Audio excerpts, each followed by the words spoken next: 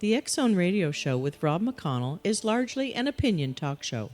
All opinions, comments, or statements of fact expressed by Rob McConnell's guests are strictly their own and are not to be construed as those of the X Zone Radio Show or endorsed in any manner by Rob McConnell, Relmar McConnell Media Company, the X Zone Broadcast Network, its affiliated networks, stations, employees, or advertisers.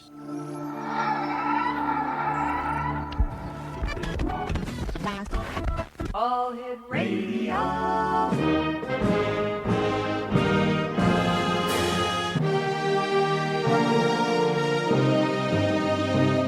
Welcome to the X Zone, a place where fact is fiction and fiction is reality. Now, here's your host, Rob McConnell.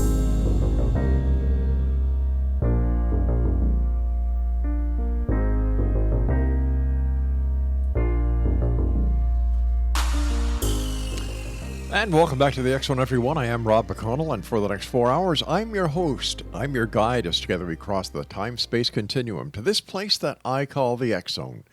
It's a place where people dare to believe and dare to be heard. It's a place where fact is fiction and fiction is reality. And the X Zone comes to you Monday through Friday from 10 p.m. Eastern until 2 a.m. Eastern, right here on the X Zone Broadcast Network, Talkstar Radio Network, Mutual Broadcast Network, Simul Radio, and Simul TV. Now, if you'd like to send me an email, xzone at xzoneradiotv.com, on all social media sites, Xzone Radio TV. And for all the programming we have available for you, 24/7, 367 on the X Zone Broadcast Network, just visit www.xzbn.net. My guest this hour, X Zone Nation, is Larry Falls. And Larry presently lives in Vancouver, British Columbia as a clinical sexologist and therapist working with homeless men and helping street prostitutes deal with personal issues. He is also the author of When Sex Was a Religion. His website, www.whensexwasareligion.org. Joining me now from Vancouver is Dr. Larry Falls. And Larry, welcome back to the X Zone. Great having you with us. Well, it's a great pleasure, Rob. Thank you. Larry, before we get into the meat of this this hour and talking about your book, When Sex Was a Religion, how has the COVID-19 pandemic affected the people, especially the street people and prostitutes in Vancouver? It has affected them to a certain extent because they're not getting as much help as they need. Mm-hmm. On the other hand, though, when you look at a lot of the street guys, the homeless guys, the people I work with, not many of them have acquired the virus. But on the other hand, with addiction, they have a lot of ODs. So there's more ODs than what there are the COVID virus. So based on what you know and the people that you work with, the different organizations as well as the different social agencies, has the COVID virus actually increased within the homeless people, or has the stats as far as their health remained the same? Basically, from my observation, especially looking at the poorest side of Vancouver, a lot of them, not many have been affected, just a small minority. However, there seems to be more ODs than what there are diagnosed of COVID-19. And when we're talking about the ODs in Vancouver, what are we talking about? Are we talking about heroin, fentanyl, any of the other hardcore drugs? Yeah, we're talking about basically the street drugs, and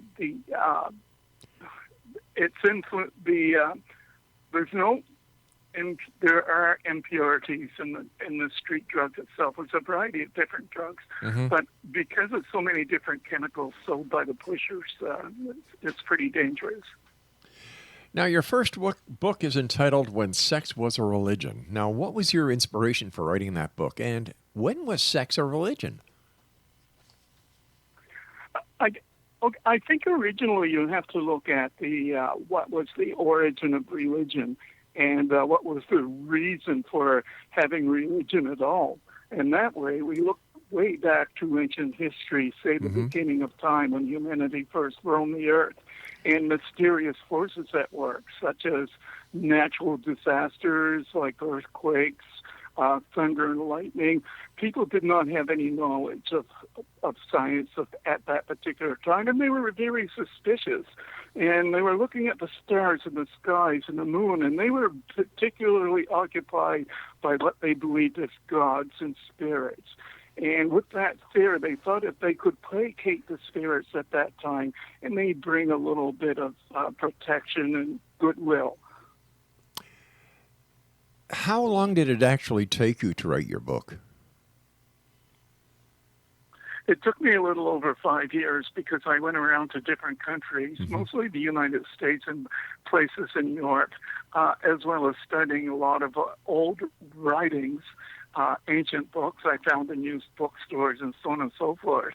But more in particular, I looked at, studied anthropology and looking at sociology and the behavior of different cultures throughout the ages. And basically, it all remained the same. And what I mean by that, in the genesis of reason, when you're looking at the way people think, the priority of humanity is to reproduce. And we never lost that concept, the importance of reproduction. Was there any time during the research for your book that you came across something that actually just blew you away? Something so revolutionary that it made no sense to you why this hadn't been picked up before, written about, and spread worldwide?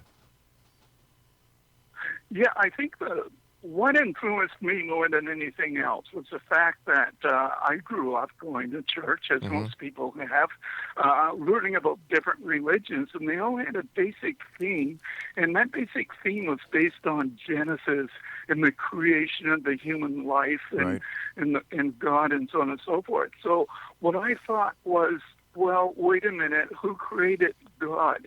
And I pursued that area, and it was very interesting because I don't want to get too much into it because a lot of people disagree. But when you're looking at creation, where we came from, where are we going, looking at the role of nature, all of those things gave me some inspiration and asked a lot of questions, trying to answer the question, why? Why are we so, interested in human sexuality? Why are we interested in religion? And what is the connection between sex and religion? Looking at it from an innocent point of view rather than coming up with all kinds of mythological ideas. In your opinion, why is sex such a taboo topic in many sociological circles? Like everybody does it, why not talk about it? Yeah, I think probably because of our inheritance from the past Victorian era and looking at sexuality as something that's cruel or evil and it's only for reproduction. When you look at the oppression of women, for example, especially during the Victorian era where they were supposed to keep their ankles covered and so on and so forth. So we've, including the way religion looked at women and how we're supposed to treat each other as using women as objects more than as equal beings. So again, we're looking at a dictatorship by men and how sexuality should be. But on the other hand, at the same time, you're looking at a lot of sexual abuse. You're looking at issues where women are not supposed to do certain things as dictated by men. So when we add that into the Bible or the Quran or in other areas, you're looking at a situation where it's not so much as what was taught, so much as what was done by those who preach the gospel. All right, here we are in the year 2020. If prostitution was to be legalized across Canada, do you think that would have a major effect on the sex trade, drug trade, and the homelessness situation? Yeah, that's a big issue for the simple reason that sexuality is always controlled. And if we don't get a grasp of it and look at the natural desires and the importance of that particular need, you're going to look at the criminal element who jumps in and takes total control and destroy people. At the moment, you're looking at, for example, gangs who form prostitution rings and having total control over the women. At the same time, you're looking at the opposition by government regulations. Now, what we need to do, from my point of view, is the fact that we need to legalize prostitution because it's not going to go away. Right. What's going to happen is that you're going to create more crime, more issues. The crime in regards to you're going to get women who's going to be totally abused. They can't go for help. Things of that nature. So we need to look at it from a realistic point of view. Now, at nighttime, when I roam around the streets, all right, we're going to have to do a bit of a cliffhanger here because I do have to take my first commercial break, Larry. So please stand by. Exonation, our guest this hour is Larry Falls. He's the author of When Sex Was Religion, and his website is www.whensexwasreligion.org. And Larry and I will be back on the other side of this break as we continue here in the X Zone from our broadcast center and studios in Crystal Beach, Ontario, Canada. I'm Rob McConnell. This is the X Zone. Don't go away.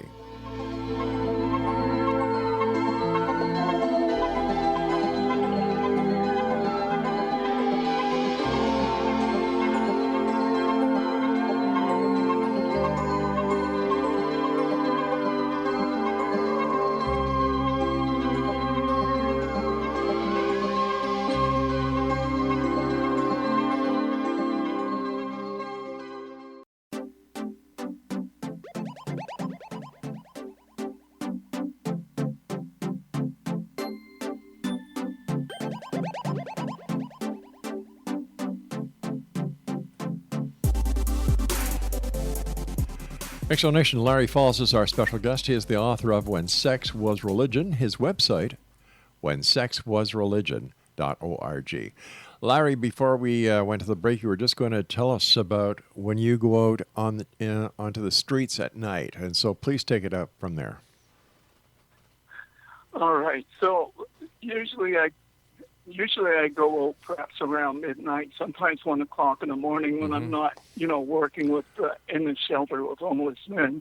I see a lot of the poor ladies who are basically on welfare or not on welfare at all, just hanging around the streets doing drugs. You see these guys coming around in fancy cars, obviously with a fairly good income, sneaking around in the dark alleys, picking up these gals, and nothing is done to protect these women. So if we were to legalize it, we would not see as many issues, especially health issues and so on and so forth, that plague society today. If we were to legalize it, it would be a more healthy community and trying to take care of good health of the women as well as protecting the men. So in that light, I would rather see it legalized rather than people who are, picking up women illegally or sneaking around corners, doing things in shame and unprotected in a healthy way. Let us say tomorrow prostitution would be made legal. How do you think that would affect society? How would the legalization of prostitution affect the sanctity of marriage? I don't think it would have too much of an impact on the sanctity of marriage because even people who are married are pretty loyal to each other, but you do get a few people who are probably more sexual than the average individual, and they are more likely to go out and cheat or look for a thrill for a few moments or what have you. Now, on the other hand, you may look at people who are not married. You may look at senior citizens, and yes, senior citizens are as sexual as anyone else, although we tend to ignore that part of reality. So when we're looking at something that's legalized, it's safe, it's legal, you're protected, and chances are you won't get into as many criminal elements as you do today. There seems to be a natural connection between illicit narcotic sales, the overdosing of drugs, people who use drugs, and prostitution. Would this change if prostitution was legalized? I don't think it will change the concept of illegal drugs. I think the present moment, when you're looking at illegal drugs, the biggest problem right now is fentanyl that's on the street. And these drugs are spiked with fentanyl, and it's all types of chemicals that immediately affect the body in a way that's going to cause death. It's not pure. It's all kinds of stuff in it that's going to create many problems in the human body. So if it was legalized, you might be able to have greater control over drug abuse as well as human sexuality. At the present time, we do have a place where people can go and inject in a safe way, but at the same time, some of those drugs may also be laced with other things as well.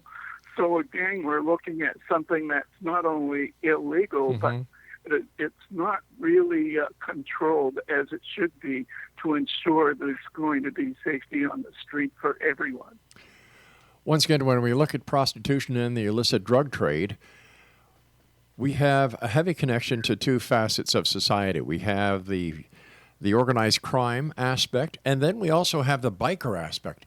Neither, I really can't see how either one of these two parties, either the bikers or the members of the organized crime who are involved in prostitution as well as narcotics, would let this legalization continue without them finding another way, a black market way of continuing business, as not to lose any part of the revenue that is generated by this. So how would this really be more advantageous to the prostitutes and the drug users?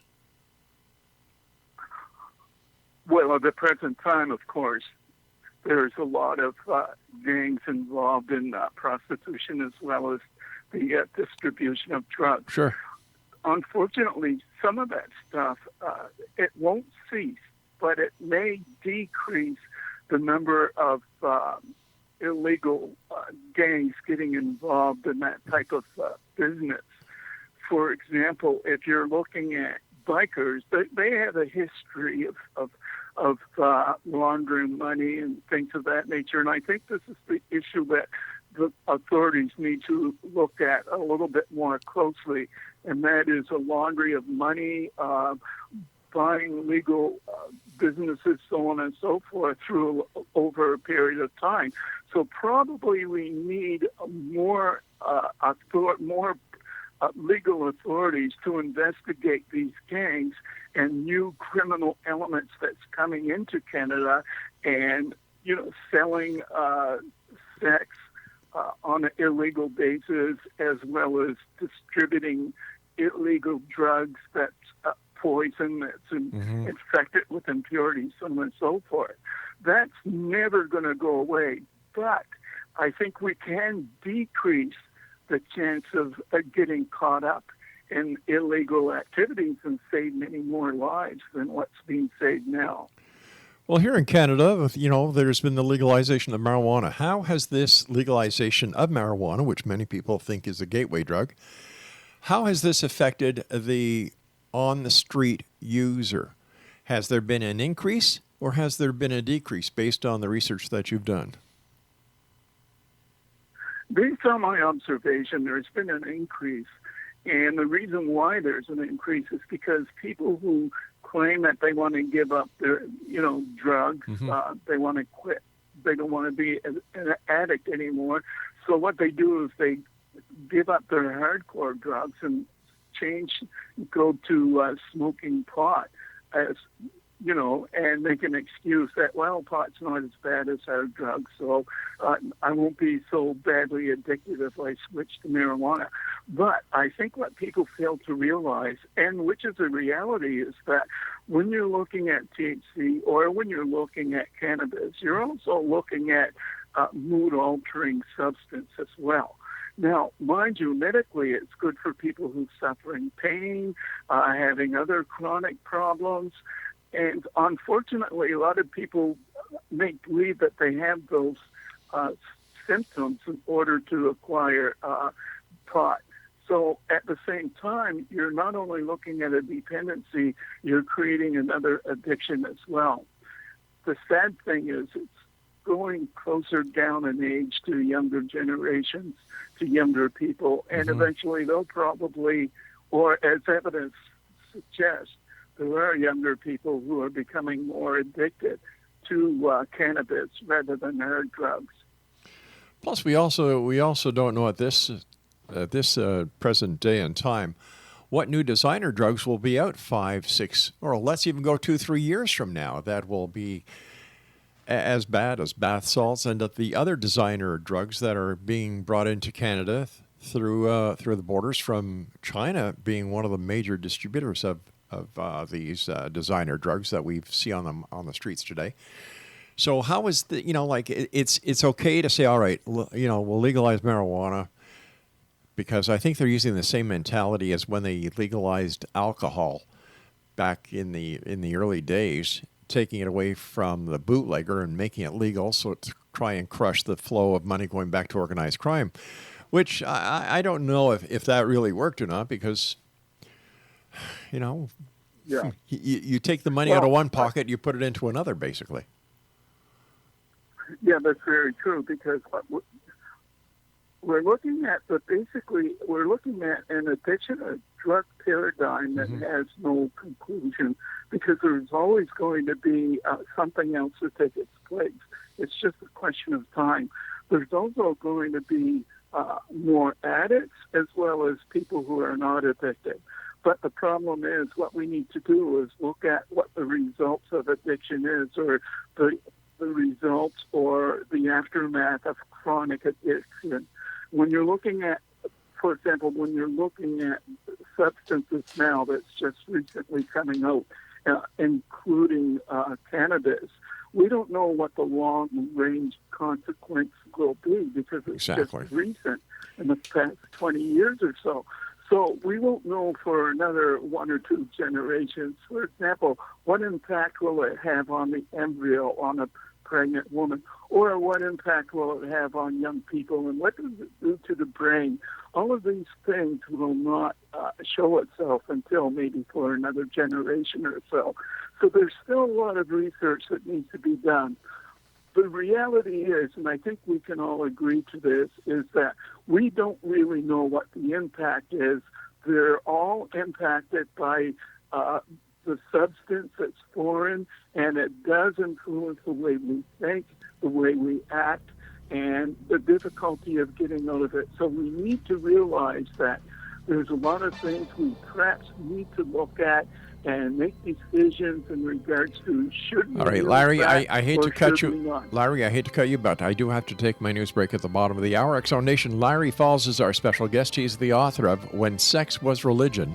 .org. That's his website, the name of his book. Same as his website, When Sex Was Religion. I'm Rob McConnell. This is the X-Zone, and Larry Falls and I will be back on the other side of the news. So whatever you do, don't go away.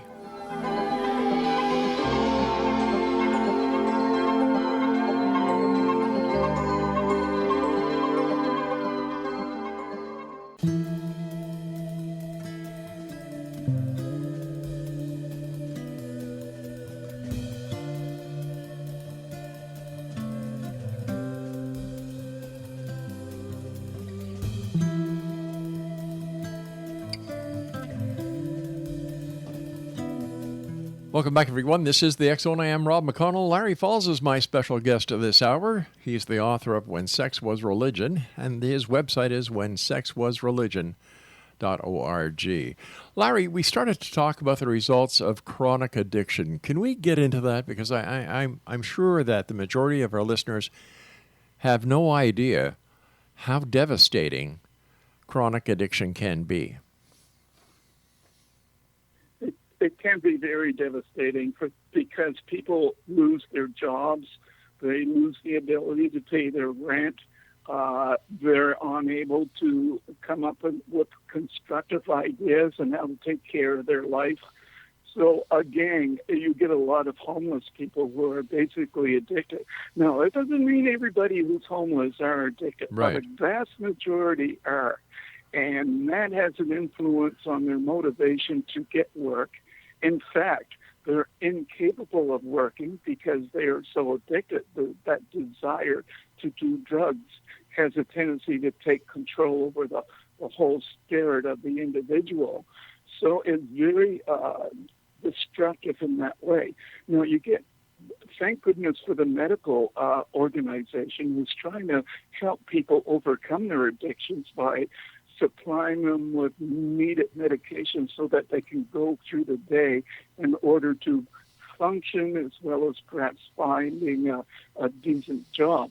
But it's getting worse and worse. And the reason why it's getting worse is because of the drug use itself coming from probably families that are basically dysfunctional or coming from countries where they've had difficult situations functioning. They come to Canada because they're hoping for a new and better life, and with them they're carrying issues that needs to be addressed as well.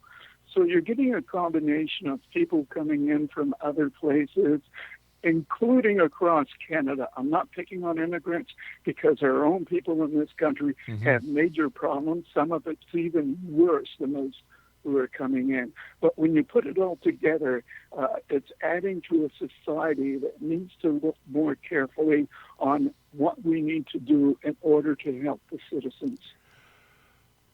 A number of people... At the same... Go ahead, Larry. I'm Yeah, sorry. sorry. Go ahead, sir. I was thinking at the same time the government needs to do more work and looking at what the needs of the communities are and come up with better ideas and treating those who are in need. And I mainly mean not just only people with addiction issues, but also with mental health issues. Because when I walk down the street, especially the poorest street here in Vancouver, I look at so many people where basically the government has not done much to help them overcome their problems. We need to get together and come up with solutions to help people who cannot help themselves. A number of people firmly believe, Larry, that these people don't want to be helped, that any help they get is temporary because once they regain their goals and you know the way society believes that their life should be read, they just go back and start using drugs again, and they end up in the same place. Plus, a number of homeless people, according to reports that I've read, don't want to be anywhere else except on the street for some reason. Basically, when I look at all the people I work with living on the street, what I see are a lot of angry people, a lot of people who do not trust anything that has to do with policing or with politics. You're looking at people who are very angry.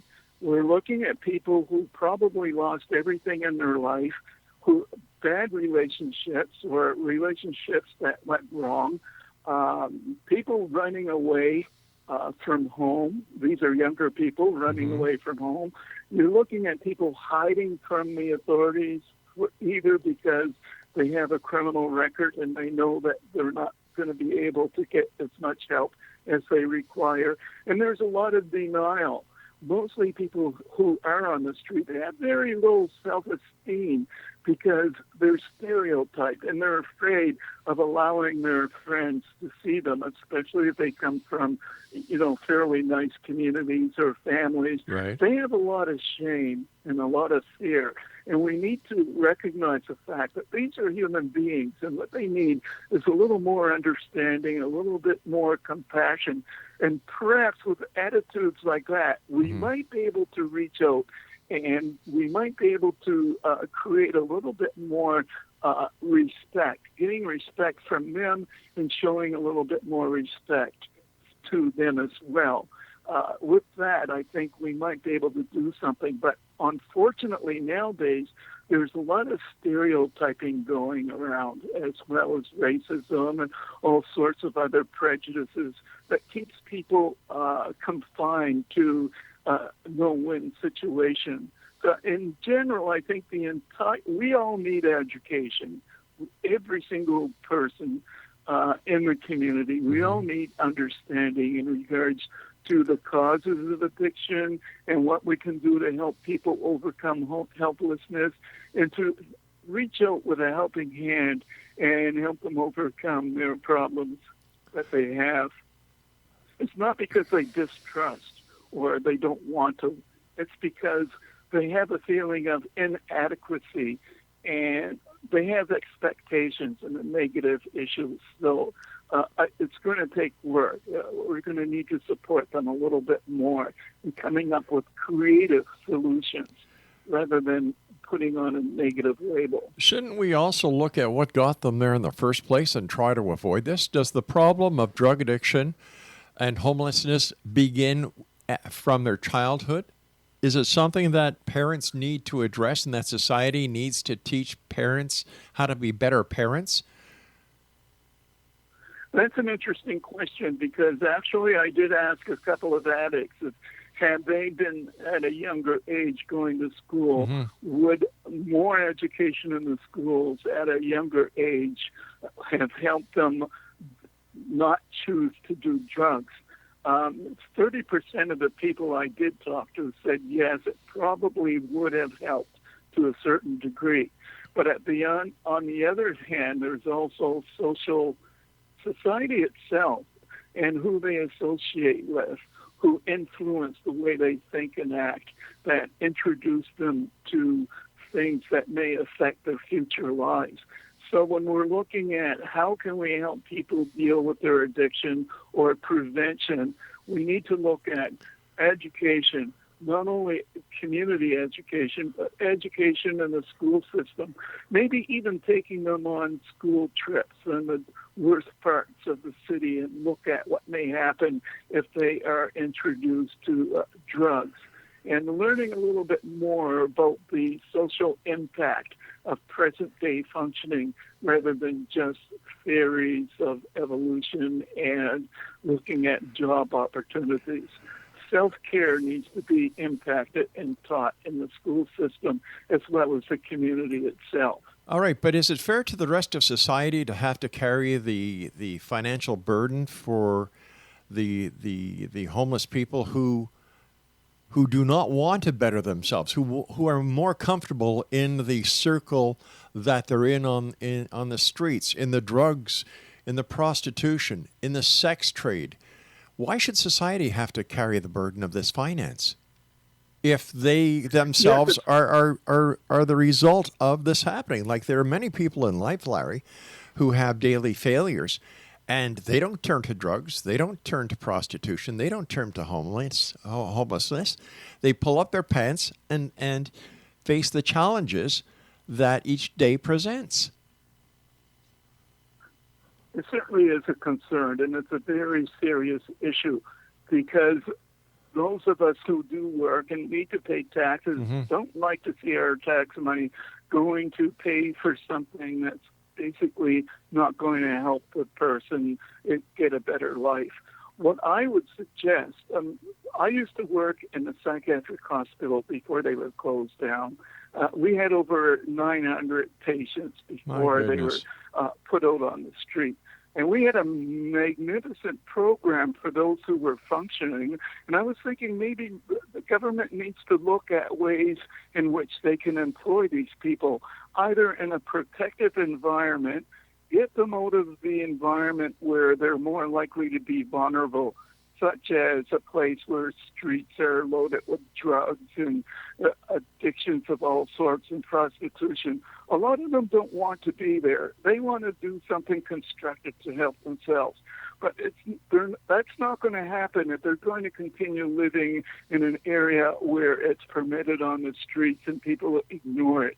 What we need is a place that can encourage them to basically dry themselves, though, get rid of the drugs in their bodies by support, by being in an environment where there's no drugs available, having medical help, teaching them some type of life skills so that they're able to function, and over a period of time, teach them something where they're able to go back on the street, get a reasonable job to be able to buy food and so on and so forth. Now, that's going to take a little bit of money. But all right, Larry, stand by. Larry, stand by. We'll get back to this topic as soon as we get back from this commercial break. This is the X-Zone. Larry Falls is our guest, whensexwasareligion.org. And we'll be back on the other side of this break as we wrap up this hour here in the X-Zone from our broadcast center and studios in Niagara, Ontario, Canada. I'm Rob McConnell. Don't go away.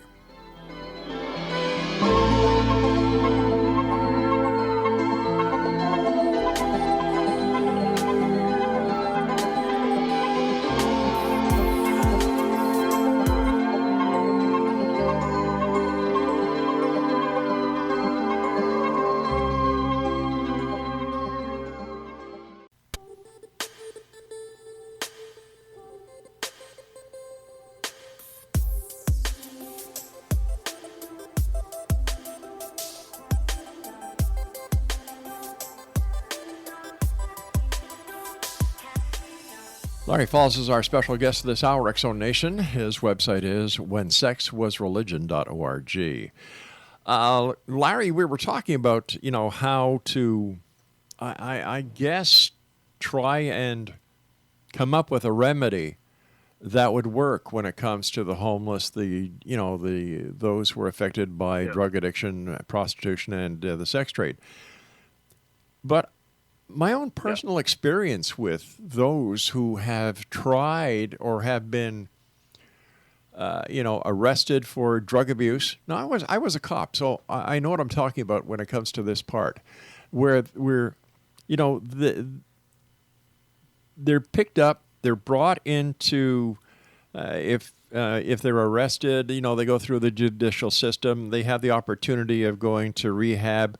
And once they're out of rehab, the cycle starts all over again, and our judicial system today is like a turnstile, in, out, in, out, in, out. And now with the moronic governments who are defunding police departments and the moronic members of society who are saying, disband police, how is this going to affect the enforcement of laws as well as the protective interests in society that law enforcement was mandated to take care of? Yeah, that's a very difficult issue. Number one, I think people need to realize that we definitely need a police force. I would hate to think we live in a country with vigilante gangs going around, causing havoc. At the same time, when we look at addictions and when we look at mental health issues, we're looking at a very complex situation. I agree. What we need is the cooperation and research from the universities. We need more help from the governments to look into this and the best way of dealing with such issues. And sending them to court and sending them to jail is not helping. It's creating more problems. But they're breaking the law. Why should they be exempt from the rules, regulations, and the procedures of a criminal act? They're criminals. So why not treat them like criminals? Why give them a pass? This is a very interesting situation because they are criminals. They may not admit it, and there's a lot of goody-goody people out there who think that they can't help it because they have problems. Well, if they can't help it and have problems, then we need to come up with a solution that will help them deal with their problems and issues. For example, a number of years ago, we used to have institutions. Well, that's no longer possible because it goes against their human rights. Right. But at the same time, we need to look at something that's going to help them make appropriate decisions for themselves, because a lot of them are not capable of making appropriate decisions on their own. I sort of compare them to when you raise, most people who are listening to your show, most of them have children or have families. Yes. Who know what it's like raising children. You don't give your child a bunch of candy because they're crying for it, because you know what the effects will be on their teeth and their physical ability. I compare that to a person who's incapable of making an appropriate decision for themselves. Just because they're an adult does not necessarily mean that they have the wherewithal and understanding the consequences of the decisions they make.